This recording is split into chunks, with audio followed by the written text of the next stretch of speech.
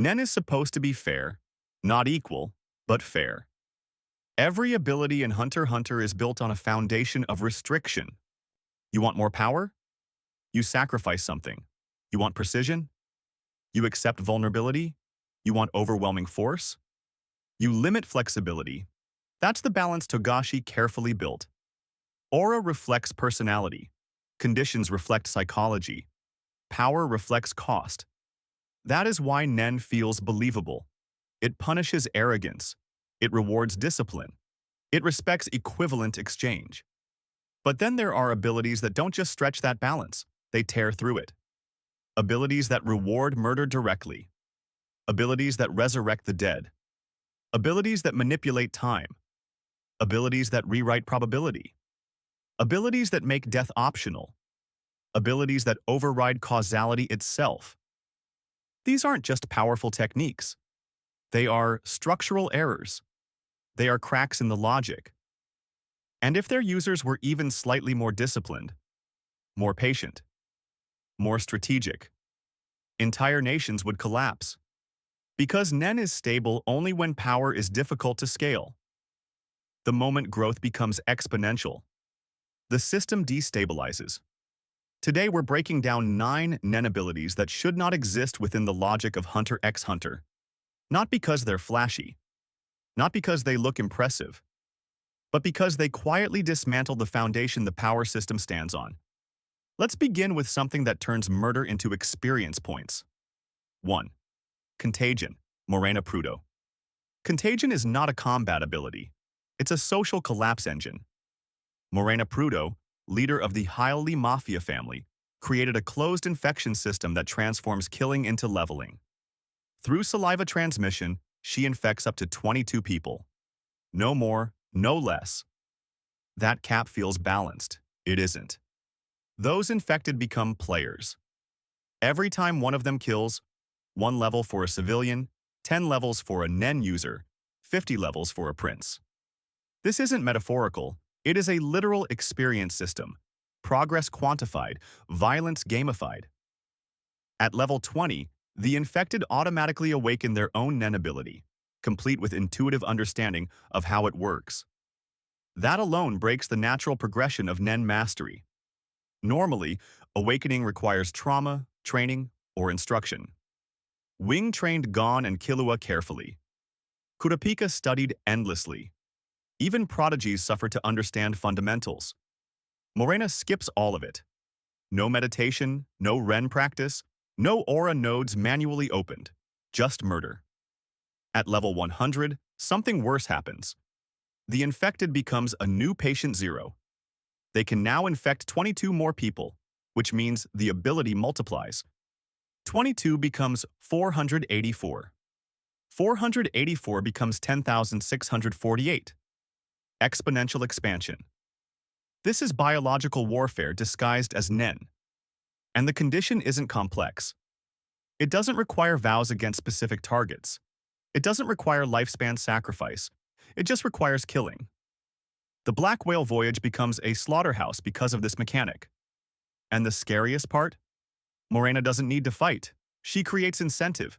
She gamifies murder. Her followers aren't loyal because of ideology. They're loyal because every corpse is progress. NEN was built on individual growth. Contagion turns growth into a pandemic. And pandemics don't stay contained. 2. Great haiku, Basho. At first glance, Basho seems irrelevant. Soft-spoken. Calm. A supporting bodyguard. But Great Haiku is one of the most flexible NEN abilities in the series. Anything Basho writes in proper 575-syllable format becomes real. Fire manifests from impact. Lies trigger punishment. Spirits are repelled. Reality follows structure. The limitation seems strong, poetic form. 17 syllables. Precise rhythm, specific pattern. But think about it. That isn't a combat restriction. That's a writing exercise. A skilled writer can pre-prepare dozens of conditional verses, seal them in scrolls, memorize them, deploy them instantly. Battlefield control, interrogation triggers, environmental hazards, protective charms. Delayed detonations. Self-activating countermeasures. Great haiku is programmable reality, and unlike most specialists, Basho doesn't appear constrained to one narrow function. He's constrained by creativity. If he wrote, "Chains that bind the traitor's hands, tighten when falsehood stains the air, break once truth is confessed," that becomes law. The more refined the poetry, the more precise the effect. And precision is power. Imagine military-grade preparation, hundreds of pre-written haiku, cataloged, indexed, conditionally activated. This becomes a modular ability library. NEN normally reflects personality. Great haiku reflects imagination. That's far more dangerous. Because imagination has no ceiling. 3. Crazy slots. Kite crazy slots looks like chaos. A clown conjures weapons randomly from numbers 1 through 9. Kite cannot choose. He must accept the result. He cannot dismiss the weapon without using it. Those restrictions massively increase output. Randomness creates intensity, but randomness is deceptive because it hides preparation. We've seen a silenced carbine that eliminates chimera ant officers effortlessly, a massive scythe unleashing a 360-degree annihilation slash, an unknown good number weapon pulled against Neferpitu. But the real terror isn't the weapons. It's what happens after Kite dies. He reincarnates. Ging confirms there is a number that only appears when Kite truly does not want to die. That implies Crazy Slots contains a survival contingency embedded into its system. Not healing, not defense. Continuation. That's not normal NEN reinforcement. That's reincarnation programming. NEN can grow stronger after death. But building resurrection potential into a living ability? That's crossing a boundary. It means Crazy Slots isn't just random offense, it's destiny manipulation. And we never even saw numbers 1, 5, 6, 7, 8, or 9, meaning its full arsenal remains unknown. An incomplete ability is more dangerous than a complete one, because its ceiling hasn't been measured. 4. Pain Packer. Phaeton. Pain Packer is revenge turned mathematical. It cannot activate unless Phaeton is injured. The more damage he takes, the stronger the retaliation becomes. Most fighters aim to minimize harm. Phaeton weaponizes it. During his fight with Zazan, Phaeton is pushed hard. Broken arm, internal damage. Rage triggered. Then Rising Sun activates. His aura transmutes into heat. A miniature sun forms overhead. The temperature becomes so extreme that even Phantom Troop members retreat.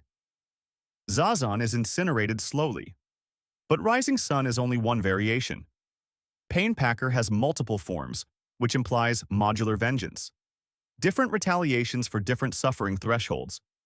The ability scales upward depending on pain endured. It rewards near-death states. Against stronger enemies, that scaling becomes catastrophic. Imagine Phaeton barely surviving an attack from someone like Hisoka, or Crawlo, or a Royal Guard. The rebound could be apocalyptic. It turns losing into escalation, and escalation is unstable. Power that increases when you're losing encourages reckless engagement. That distorts risk assessment, which distorts balance. 5. Cat's name, Camilla Hueguo. Camilla weaponizes death itself. Her ability activates only after she is killed. When that happens, a massive NEN beast appears behind her killer. It drains their life force completely. That stolen energy restores Camilla to perfect condition. She resurrects, fully healed, emotionally intact. Ready, again. Post-mortem. NEN is powerful because it contains unresolved emotion. Camilla's ability requires death intentionally. It is engineered martyrdom, a self-triggering counter-assassination. The only known weakness? If opponents refuse to kill her. Benjamin neutralizes her by ordering restraint instead of execution. But that solution requires discipline. In chaotic war, someone pulls the trigger, and they die. That makes assassination nearly impossible. It also incentivizes recklessness, because Camilla benefits from dying. In a succession war built on paranoia, that is absurd leverage. Death becomes bait. and bait destabilizes strategy. 6. Dr. Blythe, Neferpitu. Dr. Blythe is surgical perfection. Summoned from P2's desire to repair Kite, it becomes a massive autonomous surgeon. It can reconstruct destroyed tissue, reattach limbs, repair fatal injuries, operate across species, maintain life under catastrophic trauma. Komugi survives because of it. P2 repairs their own arm. The only limitations are P2 cannot use other NEN while it's active. They must remain within range. But the payoff is overwhelming. Consequences vanish. Injuries that would permanently remove characters from arcs are erased. Loss becomes temporary. And tension relies on permanence. If refined further, Dr. Blythe approaches resurrection capability. If applied instantly after fatal trauma, death becomes negotiable. NEN usually enforces consequence. Dr. Blythe negotiates it. And once consequence becomes flexible, stakes weaken. 7. Aura synthesis. Meruem grows stronger by consuming NEN users.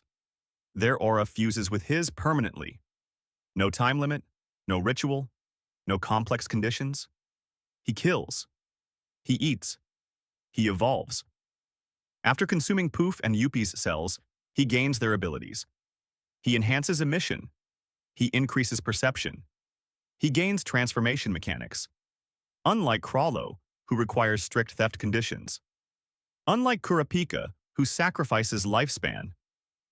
Meruem pays nothing but victory. The only restriction is defeating the target. That's not balance. That's biological plunder. Aura synthesis erases specialization boundaries. It turns combat into harvesting. The stronger his opponent, the greater his reward. That reverses risk. Fighting powerful enemies should be dangerous. For Meruem, it's beneficial. That flips the system upside down. 8. Nanika. Wish-granting Nanika's power operates beyond NEN logic. 3 requests must be fulfilled. Then a wish is granted. Refusal triggers escalating punishment. Entire groups die. Causality warps. Money disappears from transport ships and falls from the sky. Organs are crushed remotely. Scale is irrelevant. Distance is irrelevant. Probability is irrelevant. But Killua is different. He can issue commands instead of wishes. Commands carry no backlash, no punishment cycle, no escalation. When Gon is healed, a self-destructive NEN vow is undone completely. Nanika doesn't just heal.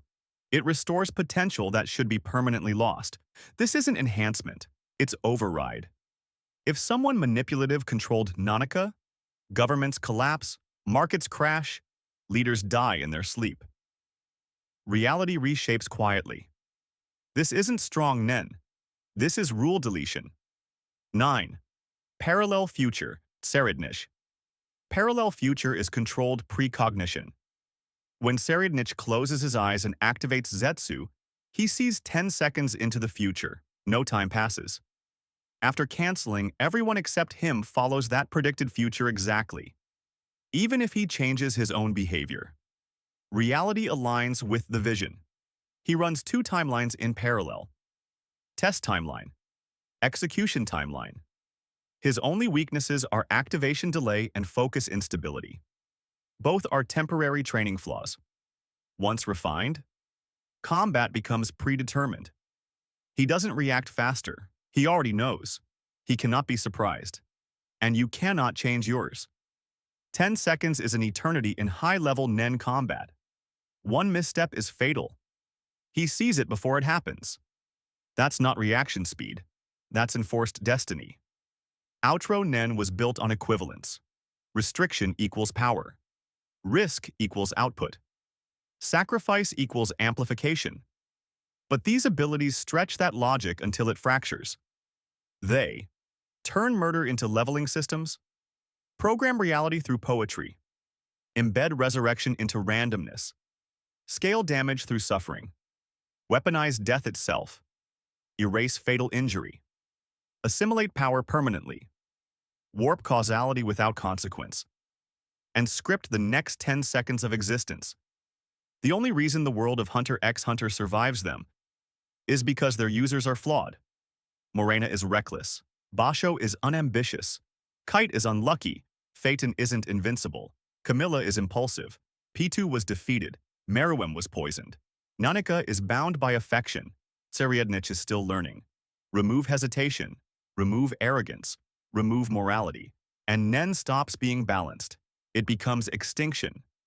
So now the real question isn't which ability is strongest. It's this. If you had to erase one to preserve balance, which one disappears? Because in Hunter x Hunter, the most dangerous ability isn't raw power. It's the one that rewrites the rules quietly. And once rules bend too far, they don't snap back. They break.